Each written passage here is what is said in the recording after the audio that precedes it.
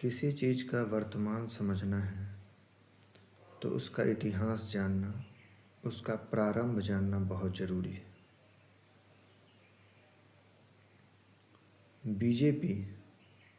BJP का प्रारंभ कैसे हुआ? यूट्यूब पे सर्च कीजिए। 10 दिन, 15 दिन, 1 महीने लगेंगे और 1 महीने के बाद आप एक निष्कर्ष पे ज़रूर पहुँचेंगे 150 वीडियोज़ देखने के बाद।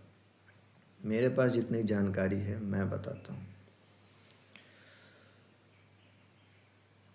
गलती तो बहुत पहले से ही हो गई थी। गांधी जी ने बोला,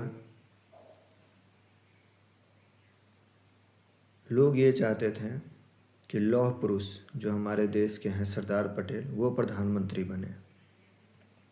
मोतीलाल नेहरू कांग्रेस के बड़े नेता थे। अब उससे पहले का इतिहास मुझे नहीं पता है, मेरी जानकारी सीमित है। मोतीलाल नेहरू के बेटे थे पंडित जवाहरलाल नेहरू जो पहले प्रधानमंत्री बने। मोतीलाल नेहरू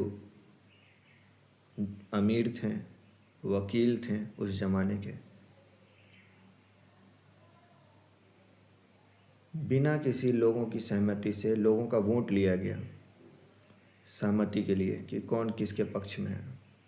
पंडित नेहरू को कम वोट मिले। प्रधानमंत्री लोगों का जब हाथ उठवाया गया, सहमति पूछी गई तो लोगों की सहमति सरदार पटेल को प्रधानमंत्री बनाने की हुई। जो भी लोग थे 10-20 लोग की जो सहमति ली गई, लेकिन वो 10-20 लोग भी इन दोनों में फ़र्क तो जानते थे, लेकिन वही दबदबे के कारण पंडित नेहरू प्रधानमंत्री बने।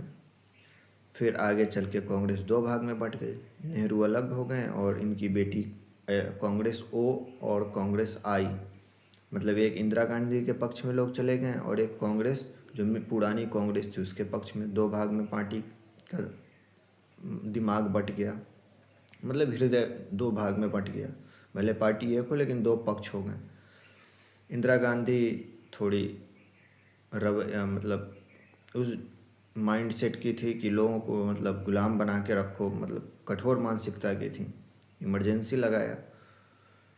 जयप्रकाश नारायण पहले कांग्रेस में ही थे, पार्टी तो शुरू में एक ही थी, सारे कांग्रेस में ही थे। फिर जयप्रकाश नारायण की कांग्रेस से और इंदिरा गांधी से दोस्ती, शुरू में दोस्ती थी, फिर दुश्मनी हो गई। दुश्मनी के चलते फिर जेपी ने बदला लेने के लिए छात्रों को बहला फुसलाकर देश भर में आंदोलन करवा दिया और उसकी वजह से कांग्रेस की सत्ता हाथ से चली गई और वहाँ से बीजेपी का जन्म हुआ। तो बीजेपी सिर्फ हरा सकती है, उसके सोच में ये है।